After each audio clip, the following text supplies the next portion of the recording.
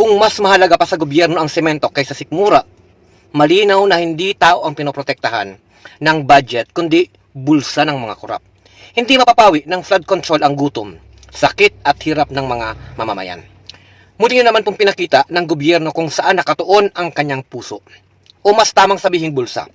Sa pambansang budget, mas mataas pa ang alokasyon para sa flood control ng DPWH kaysa sa mga pangunahing pangangailangan ng mamamayan. Kalusugan, social services, pampublikong transportasyon, kabuhayan at food security. Hindi kaila na mahalaga ang flood control. Ngunit anong kabuluhan ng dike at kanal kung ang mga Pilipino ay gutom, walang trabaho, walang ligtas na pampublikong transportasyon at walang serbisyo medikal? Ang pagbuhos ng bilyon-bilyong pondo para sa konkretong proyekto ay hindi lamang kwento ng development, kundi ito'y paboritong larangan ng mga korap at politiko at mga kontraktor.